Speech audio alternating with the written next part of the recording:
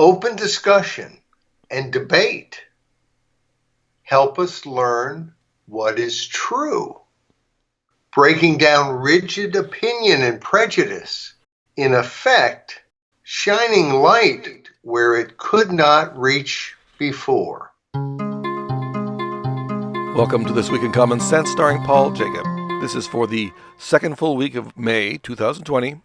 Paul writes commentary 5 days a week at thisiscommonsense.com, or make that thisiscommonsense.org. Both work.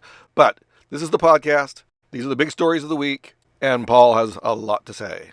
So, Paul, what are we up to here? We are shining lights where they have not been before. And, you know, it kind of harkens to somebody at some point telling people to, you know, do something where the sun doesn't shine. But we have had, a week or more, a couple weeks now of discussions about whether the President of the United States thinks that people should drink, bleach and shoot up Lysol and put lights, swallow Christmas lights and then plug them in.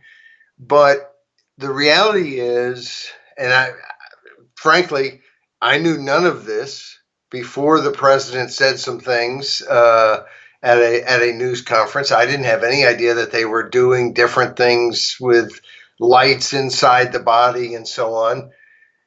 Who knew? But medical science, entrepreneurs of one kind or another,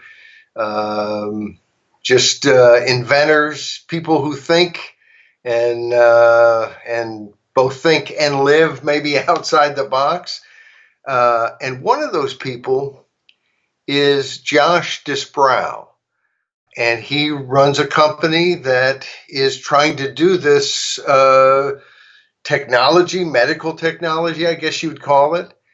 And it seems to be promising, and yet as soon as he heard President Trump say something about it on national TV, knowing the likely reaction, well, all of a sudden he's a little bit concerned. So he goes to our wonderful social media, the ability for anybody to say something and put it out there for others to consider, and does some videos explaining the technology. Well, those videos, in the massive media reaction to what President Trump had to say, were pulled down by Vimeo, by YouTube, by Twitter. And in essence, the argument for pulling them down is they aren't correct. They aren't true, as if there is one truth, as if the whole idea behind science is that there's one truth that we form some political consensus to reach and then deny any inquiry whatsoever to any other thought. And somehow that's not exactly the definition of science that I ascribe to. And so, it's and we've talked about it week after week, because there's one incident after another, and at the base of every single one of them is the idea that there is one truth. And even though we recognize, even the people shutting these other things down recognize, if you were to have a conversation with them, that there isn't one truth that is just knows all. We're dealing with a pandemic that doesn't happen every day, a novel coronavirus. Well, it's novel. We're dealing with new things. Science is about constantly questioning and constantly experimenting and going wherever the ideas and the research and the results dictate, and never being satisfied that you know it all. And yet we have, around that, we have developed the most wonderful new invention that America has brought to the world is just a robust embrace of freedom of speech, knowing that even when people say things that aren't so, even when people present a theory that turns out to be dead wrong, it helps us reach the ultimate answer. And I shouldn't say it that way because it's not an ultimate answer. It's an answer on the way. It's a better way to look at it, to understand it. And once we stop that free inquiry into our world and that debate, because it is about the wisdom of crowds and having millions and billions of individuals looking at it their own way so that we can form a better picture collectively. And yet we see this reaction to shut it down, to ban it, to block it. And that is not the way we're designed in America. That's not the way our laws are designed.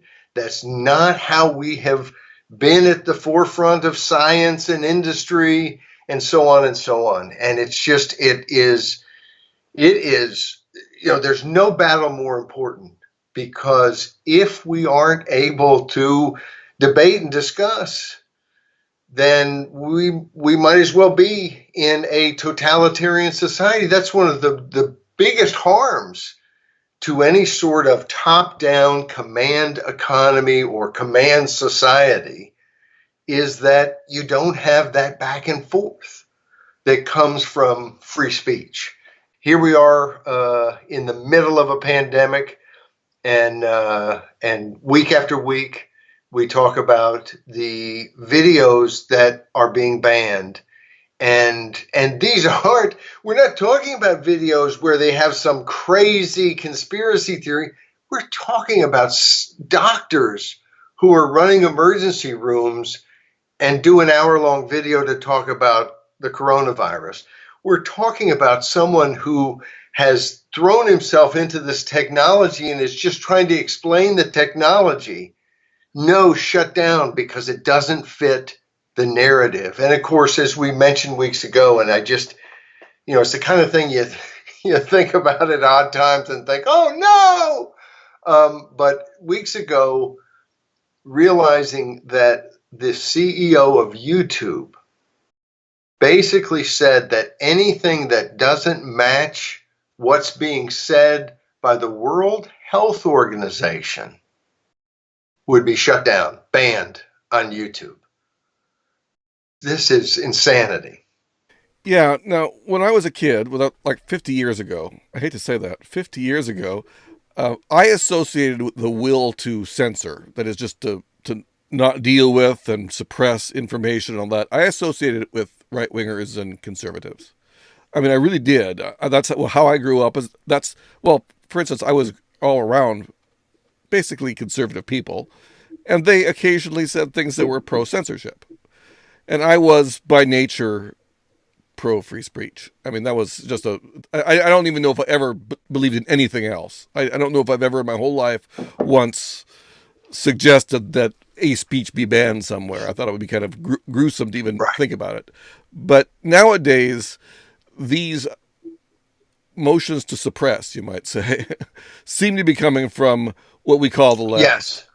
Now, I have a theory about this, but do you have a theory about it? Well, I don't have a theory about it. And as we discuss different things, you've pointed this out several times. And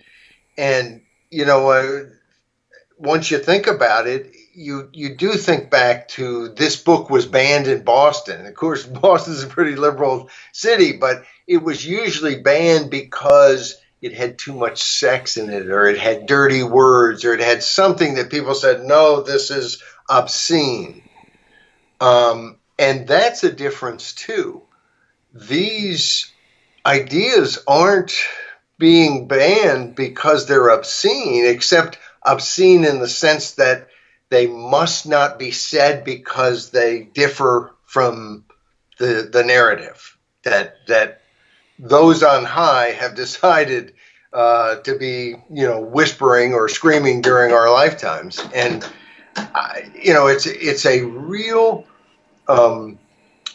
it is a switch in that now it comes more from the left, the pro-government left. There's a huge segment of the left that is hyper concerned about the lack of privacy and about free speech restrictions. But it doesn't get much play because it's not the left on TV for the most part. But I don't think anybody could really argue with your basic point that it used to be almost invariably coming from the right, coming from conservative values that did not want someone else in the public square saying something that was, raunchy or, too prurient. And now it is, you're out of step with Big Brother. And of course, it's not, there are people on the right, I look at the vaccination, the anti-vax vaxxers, is that what they call them? Yeah. And I'm not really with them, and yet I'm with them in the sense that I do not want the government telling everyone that what they have to stick into their arm. And once you get rid of freedom, I'm not so afraid of all the vaccines. And I wouldn't be completely shocked if I found out that there were more problems than I knew about. Life is a risky proposition. But the moment we're forced to all do something by government decree, we have problems. Well, very good. On Tuesday, you wrote, "The Rationale Has Ended." And here we're back to the main consideration of what is the official position on the lockdowns and what is the official position on how do we deal with the coronavirus. I have to admit, I'm not watching news conferences as much as I did at the beginning, but there don't seem to be the kind of questions that I think should be asked. The whole idea of the lockdowns was to flatten the curve. It made sense. Hospitals were going to be overwhelmed. In fact, how do we get enough ventilators? How do we get enough beds? And they're building, makeshift hospitals and sending the USS Mercy to New York. And, all those things made sense because, my goodness, if it's this percentage and this percentage goes to the hospital, that's tens of thousands more than we have beds. And, and it's something to get awfully concerned about. And so we expand all those things. And of course, in the process, essentially shut down our medical system, our medical care system, to deal with one element of it. And yet now we've gone weeks and weeks and weeks and months, and people don't want to open up. And I think part of it is there is the fear that if you open up, then you get blamed for whatever deaths. Well, by its very nature, that's not, because there's going to be more coronavirus deaths, no matter what we do. And of course, there could be other deaths that happen if our economy just falls apart. And so, but who's going to get blamed for what? Well, if you're a politician, you don't want to be the first one to open up the economy because, when so-and-so makes a few bucks, he may not give you credit, but that someone could say, well, this many people died because you opened it up too early. And it becomes a very political calculus. And I think people who've watched the news conferences realize that we've got a real problem in this country in the sense that I watch them and I just don't see anybody that I feel like represents me, not the media, not President Trump, not not Fauci, the head of the CDC. And I'm not saying that sometimes they don't say things that are worthwhile. I'm not trying to trash everyone who's been involved. It's just that they seem to have staked out certain positions professionally, politically, pretty much politically. And that creates a huge problem. And now, of course, people don't want to open up. And look, I'm no expert on any of the medical stuff, but it seems like this virus isn't going to go away just because we all stay inside. And that I thought from the very beginning, it makes some sense if there's an end date.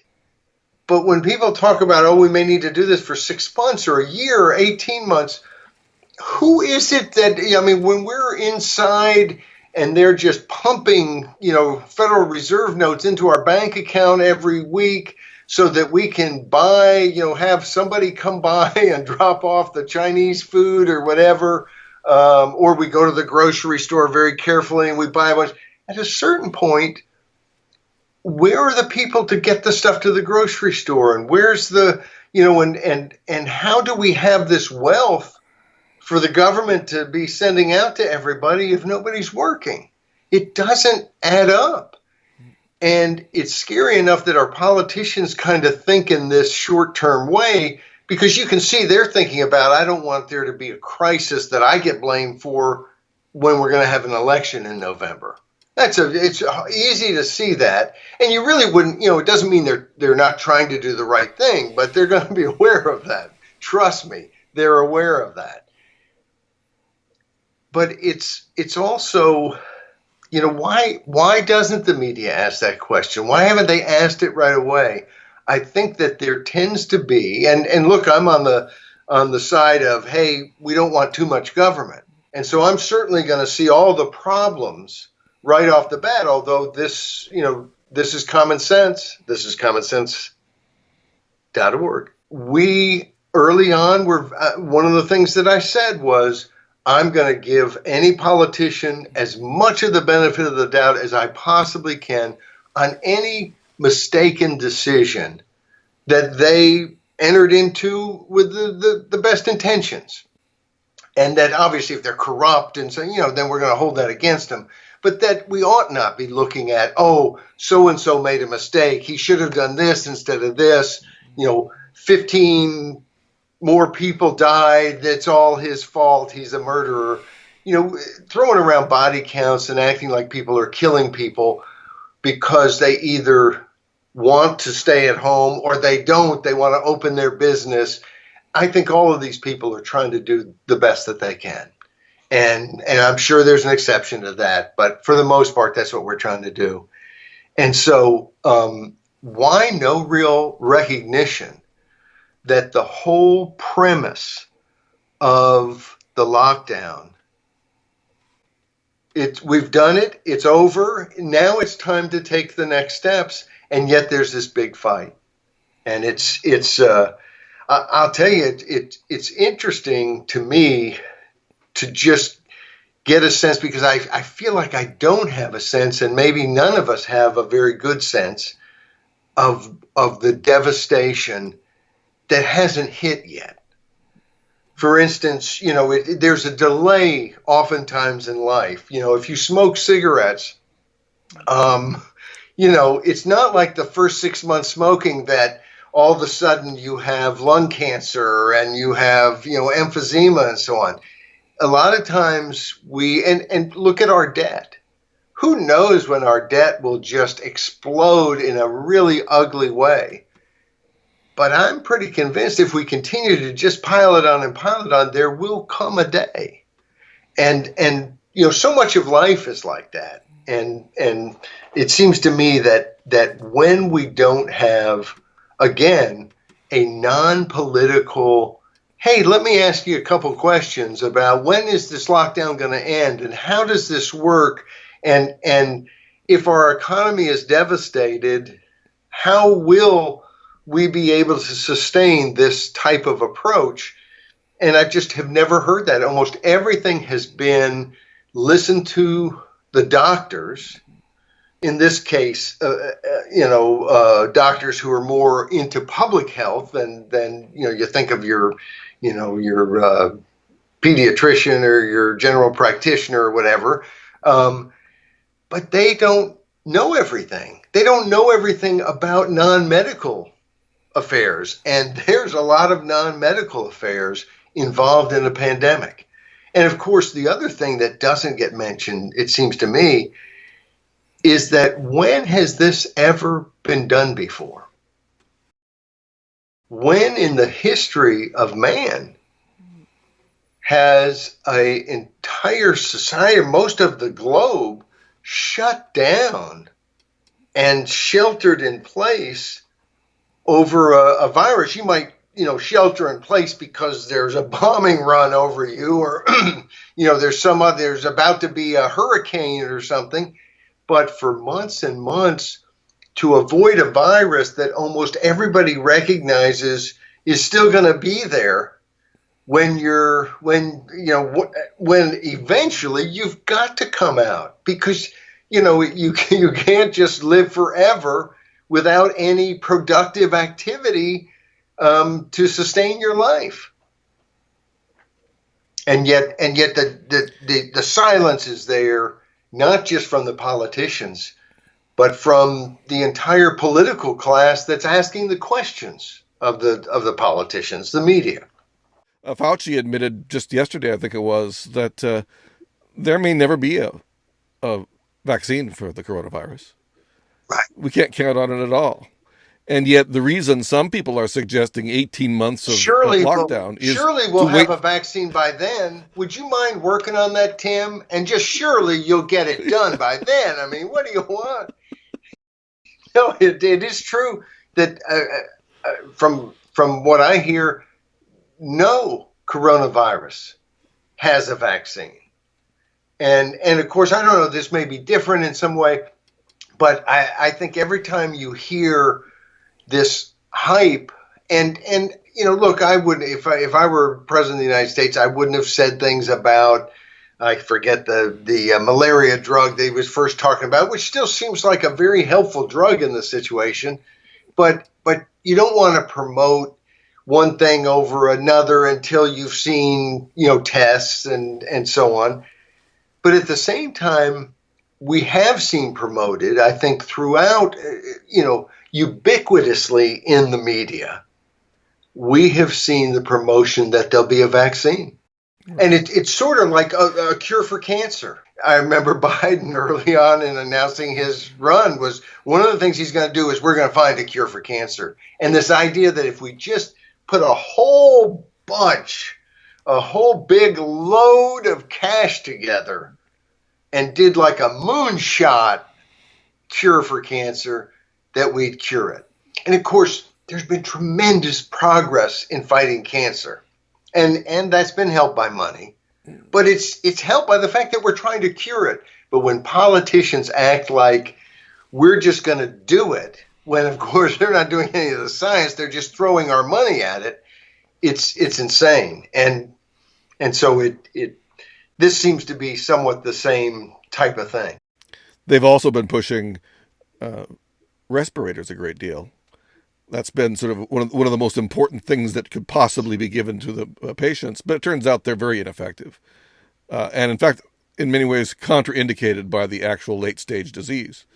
You hear a lot less about those now all of a sudden, but no explanation as to why you're hearing less about them. Yeah, and it turns out that's probably hypoxia, not pneumonia. That's the cause of the really bad condition at the end of the coronavirus infection in people who have comorbidities. Okay, so I've just said a mouthful. That's probably a bad idea. Let's skip Wednesday for a moment because that's about Bill Barr. And I don't think he has anything to do with the virus. But on Thursday, you went back to the coronavirus. The old, the cure shouldn't be worse than the disease. There seems to be a lot of hand-wringing, maybe even a little bit of gnashing of teeth, because the states, the governments, aren't getting the tax revenue.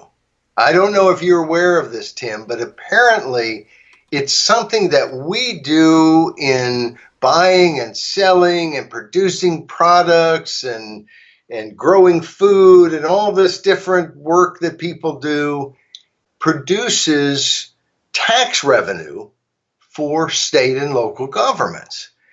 And so the virus, this terrible virus, has destroyed the revenue coming into state governments. Now, the virus, it doesn't seem like would destroy the revenue if people weren't locked down, if they could continue to work, at least the healthy people. And as Sweden has done, as we point out, a number of the states have really avoided massive orders locking everything completely down.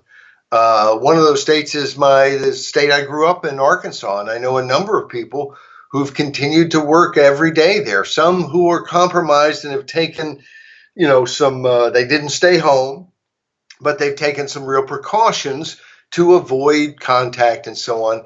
And this is the thing that you see a lot, just as a little tangent point. People want to live. They want other people to live. I know there are idiots here and there in the world, but they really are not the majority of folks.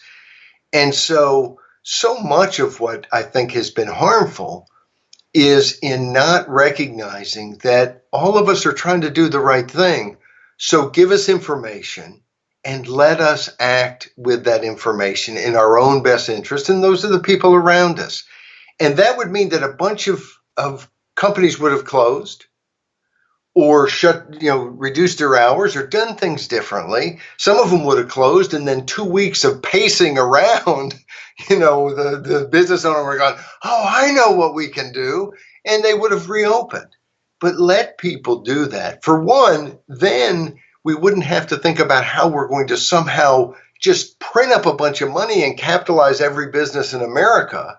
I mean, that's the way they acted with all the stimulus funds, that we're just going to give everybody the money they need. Well, that turns out to be a heck of a lot of money.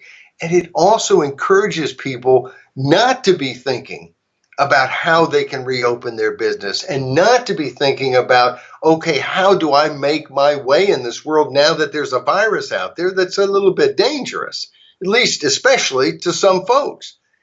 And all of a sudden, all these actions would take place. Instead, we're almost told, hey, turn on Netflix, make some popcorn. You don't worry your pretty little heads about this. We, with experts galore, are going to make all the decisions, and you better just stay inside. And meanwhile, the economy is crumbling, and there's a lot of problems. And we have, for the first time in history, all of history, as far as I can tell, have decided to quarantine the entire society. Instead of quarantining those who are sick, instead of quarantining those who are sick and in essence, quarantining, you might use a different term, but keeping people who are compromised and vulnerable away from people who are sick and away from the society as a whole, because of course they estimate half, maybe more, of people who have the coronavirus show no symptoms. So could be out there shaking your hand, and getting somebody sick. All those actions, in essence, our government has, at all kinds of levels, said we've got everything under control. We will make the decisions, and it's a recipe for disaster. And of course, it's going to be a big battle in Congress because Pelosi's already talked about another $3 trillion to be spent to bail out cities and states. And of course, I suspect that if it's done in the way Pelosi wants to do it, you may see that the huge pension benefits that the state of Illinois and the city of Chicago have promised to their public employees, especially their teachers, which they never never put the money back for it. So they have ripped off these people. It's not that these people don't deserve it. They were promised it. But the people who promised it to him did not put the money back. And I don't want some little game now to where we're going to somehow bail out those cities and states. I want them to face the music and come up with this money, and may take some time, but something needs to give here other than more bailouts.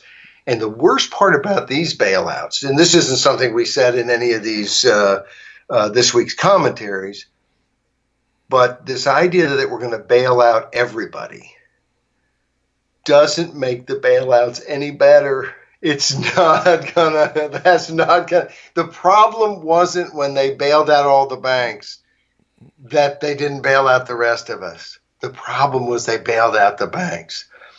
We can't bail everybody out. And that's kind of where we are right now. Hey, we've made terrible decisions. Let's blame it on this pandemic and then give us a bunch of money so that we'll just wash everything away. And I think what we'll be washing away, of course, is the value of the dollar. And we're in for, I think, some really serious times ahead.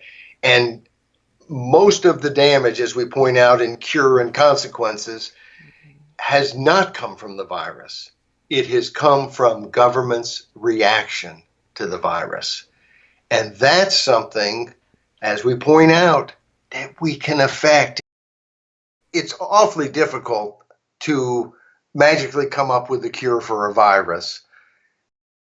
It should be, at least, easier for us to control our own response to that virus and not create bigger problems than the medical care that we're going to have to provide and the terrible reality that people are going to die.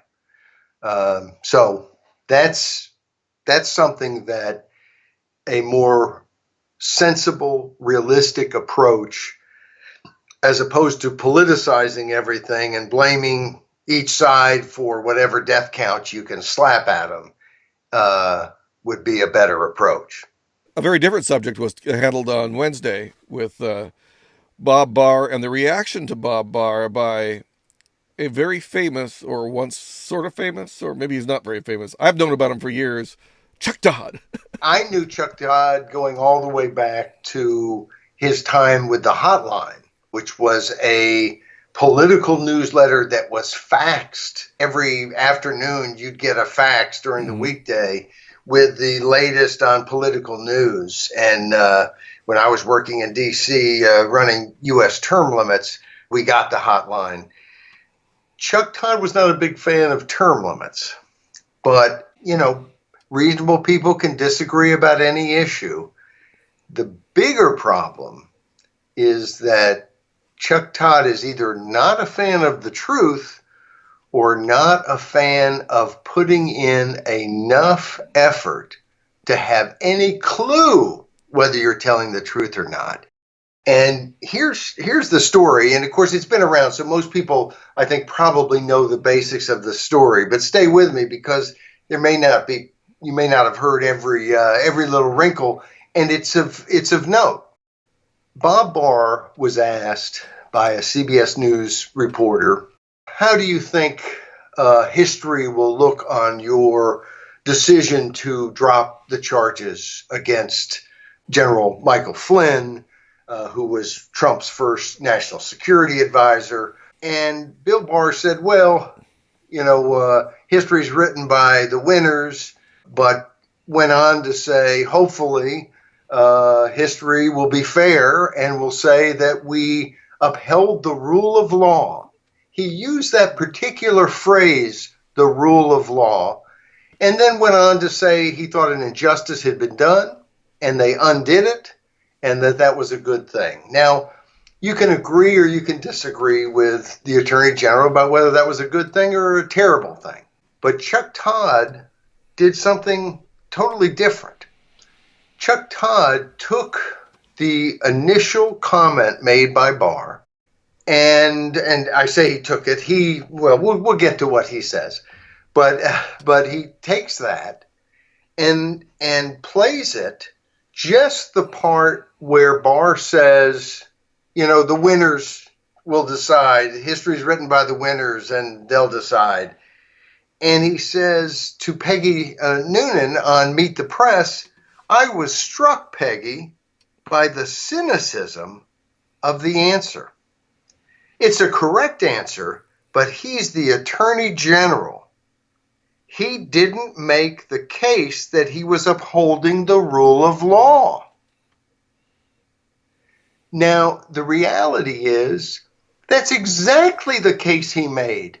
And it's not as if and you can go to thisiscommonsense.org, and you can go to Chuck Truth, where Chuck Todd is chucking the truth out, and you can hit the link and you can go look for yourself. But there isn't even a second of pause before Barr goes into this was to uphold the rule of law. And so for Chuck Todd to come out and say, oh, this is just outrageous that he would be so cynical and not care about the rule of law, when he is presenting his audience some ridiculous cut that ignores what was actually said. And in fact, it's interesting to me that on Morning Joe Scarborough had this to say. He plays the same tiny cut that is a misrepresentation that even NBC and Chuck Todd today finally admit. And Scarborough says, that tells you all you need to know. He plays the little clip without anything about the rule of law, and then he tells his audience, that tells you all you need to know. Might makes right. The rule of law doesn't matter. So it'd be one thing to, if Barr had said that off the cuff and hadn't mentioned the rule of law, it'd be one thing to just beat him up like a straw man that, oh, he doesn't care about the rule of law. When, of course, he might care about it. It might just be that he gave a glib answer. But when he gives an answer that specifically cites the rule of law, and you cut that out, and then beat him up for not saying it, that is just beyond the pale. And it's interesting that it took, our commentary came out on Wednesday.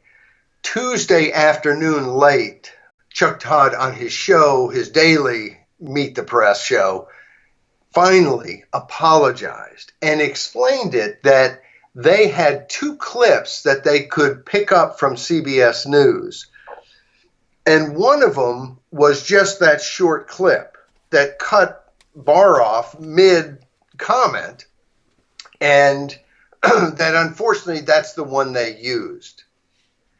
Now, first of all, CBS probably shouldn't have made available such a short clip like that without the full context. But of course, time is money, and maybe they felt like people needed that. But it wasn't CBS who made the charge that Barr didn't say something. You can't grab a clip of someone that's 8 seconds long, and then from that claim that they didn't say all these other things that you have no clue whether they said or not.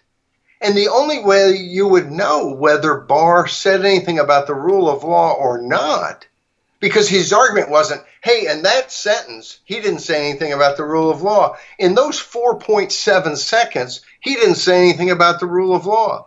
No, Chuck Todd said he said nothing about the rule of law. And so to make that claim, you have to have watched the whole interview. You have to have a wider sense of what's going on. Otherwise, it's just outrageous. You can't just make things up. That's what Todd did. And it took him 2 days. Now, when that aired, immediately there was pushback. There was pushback from Trump. There was pushback from Trump people. There was pushback from other folks who just watched it and said, wait a second, you're misrepresenting. 2 days before Chuck Todd apologizes. And then his apology seems to me to be garbage. The other thing is, if you look at the statement that was put on the transcript. Online, they release the full transcript of the show every week. And I looked there, and at the very end, they added something that says, we inadvertently and incorrectly edited or whatever, cut that portion. But it doesn't give you the full portion.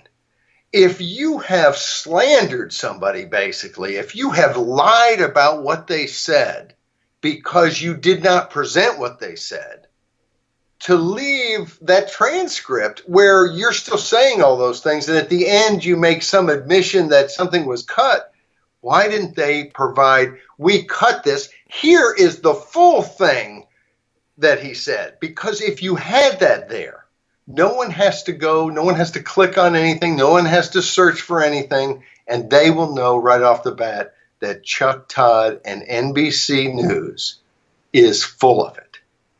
It's just, he should be fired or reprimanded in some big way. But how would you at NBC? Because the whole operation is just, it's just pitiful, and partisanly pitiful. Well, that's for sure. Well, I think that if history is written by the winners, it looks like the news is written by the losers. Well, it has been since Election Day in 2016. I think that's what Trump would say. That is something that we stayed up late. You stayed up with me. You're on the West Coast, so you have a easier time. But stayed up very late doing a commentary for the day after Election Day, and that was the close, I believe, of that commentary was saying that the media lost the election. And I think in some ways, to just, without caring who wins, I think you could step back and say the media continues, I think, to help Trump because the media is not terribly popular. And they constantly are fighting with Trump and constantly, it seems to me, doing things that feed his narrative instead of their own. And of course, the truth is the best they could do for the country, whether it helps Trump or hurts Trump, is for the voters to decide. But the best thing the media could do is stop with their narratives and stop with their biases leading the news and just go report. Just report it and let people decide. If the country, if they think Trump is as bad as they think he is, then tell the country and step back. And, the more they color it, the more they allow this to be a fight between the media and Donald Trump, I think the better Donald Trump's going to do. Yeah, that's probably true. Of course, you know me, I think that the media is this crazy largely because they're still carrying water for the CIA, but I could be wrong about that. Well, and we should get to our last commentary of the week, which is kind of funny in a really not very funny way. It's called Pocket Prohibition. And, throughout this pandemic, the FDA, the Food and Drug Administration, has not looked very good. They have occasionally looked a little better because they've done things like say, hey, we're going to do away with all our regulations that slow down coming up with a new vaccine or coming up with this or that. They have eased some of their regulatory burden, and that has been nice. But of course, it also shows what a drag on progress the FDA is. But here is something different. The FDA now wants to regulate backpacks. Not just the backpack, but they're more laser focused on the backpack pockets. See, there are pockets in backpacks, inside pockets and outside pockets. And in those pockets, things can be hidden. Little things, round things, long things, a pencil, a rubber band, all kinds of things could be put into those pockets. In fact, there's no regulation, absolutely no regulation on what's put in pockets on backpacks. It's like there's no government expert when a kid puts his books and whatever else into the backpack. Who from the government is there to watch? No one. It's totally unregulated. And so the FDA is worried that kids might hide e-cigarettes in their backpacks. Now I think we've reached the real serious stuff. Anyway, that's where our FDA is at. That's in the middle of all this. The FDA wants to expand its authority, and what they're doing now is just writing nasty letters to different manufacturers suggesting that they have to do this, and that, and the other regarding pockets on their backpacks. But who knows when the FDA will start to clamp down a little harder. Give them an inch and they'll take a zipper. No, it's you would think someone at the FDA would have a memo going around saying, hey, there's just certain things that we don't look so good anyway. Let's not try to push it in these particular ways.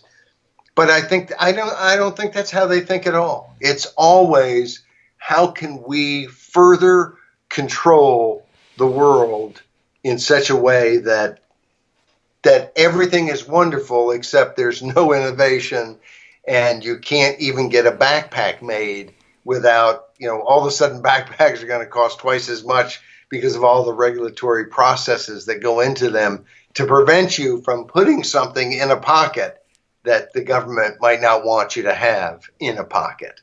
Well, I guess that was the second week of May, right? It was. Wasn't the greatest week ever. But then, the world is getting a little warmer. And I know that global warming is a terrible thing, but I'm looking forward to summer. Should have some good effects on viruses. We're hoping. And with all my medical knowledge, I'm hoping. And it's nicer. You don't have to wear sweatshirts as much and so on. Very good. Very good. Well, I'll see you next week. Well, that sounds very good. Thank you for joining Paul and me for This Week in Common Sense for the second week of May 2020. My name is Timothy Virkala. You can find me at Workman and Workman.com. That's Workman with an I, not an O. And you can find this podcast on SoundCloud.com and on Stitcher. And, if you look around elsewhere, you're going to find it there too.